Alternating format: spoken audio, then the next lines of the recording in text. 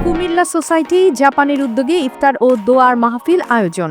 ৯ March টোকিওর আকাবানে ভিভিও হলে এই ইফতার মাহফিল অনুষ্ঠিত হয়েছে।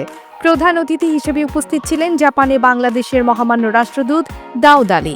অনুষ্ঠানে সভাপতিত্ব করেন কুমিল্লা সোসাইটির সভাপতি লুৎফর রহমান শিপার। ইফতার মাহফিলে কুমিল্লা সোসাইটির সাধারণ সম্পাদক মোহাম্মদ ইনামুল হক, সাংগঠনিক সম্পাদক আব্দুস সরওয়ার সহ ব্যবসায়ী সংগঠনের নেতৃবৃন্দ সহ আরও অনেক গণ্যমান্য ব্যক্তিবর্গরা উপস্থিত ছিলেন। সোসাইটির উপদেষ্টা সকল অতিথিবৃন্দকে ধন্যবাদ ও কৃতজ্ঞতা প্রকাশ করেন।